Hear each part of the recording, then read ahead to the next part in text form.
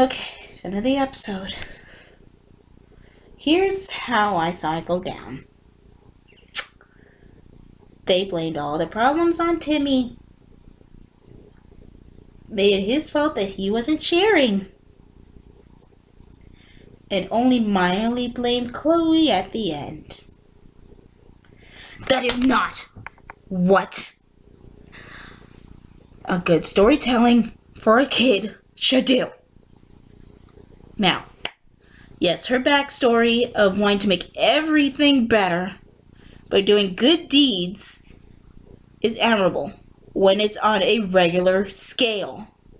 When you start off making your character obnoxiously perfect and cute, it can alienate a lot of people. Now, Carrie Walgreen and Butch Hartman, you guys did wonderfully in this episode. I'm just more upset that they chose to wrap up how everybody loved Chloe, kind of as a cousin Oliver, but they barely got to know her, obviously. Especially Crocker. He didn't even show the entire clip to their class. And no one questions how a girl without fairies was really going to save a city that was destroyed anyway by a monster by taking a thorn out of his foot. And she never thought her wishes all the way through, like Timmy.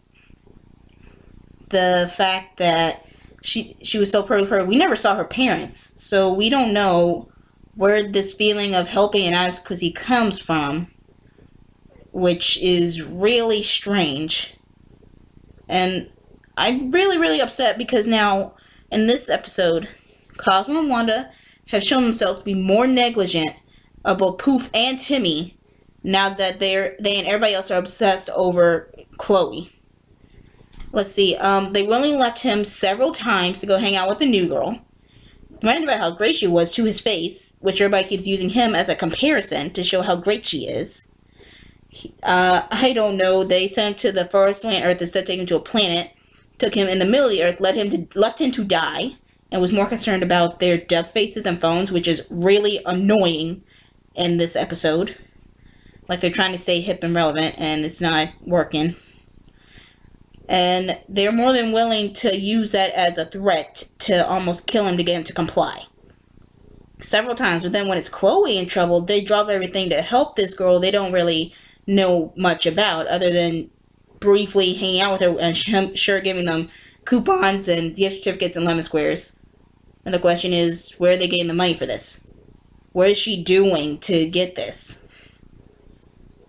Lastly, I just didn't like how they put it all on Timmy about him having to learn how to share, which I have mentioned before. The problem with this whole situation is he never got a chance to really interact with Chloe other than nearly at the end when he was trying to learn things.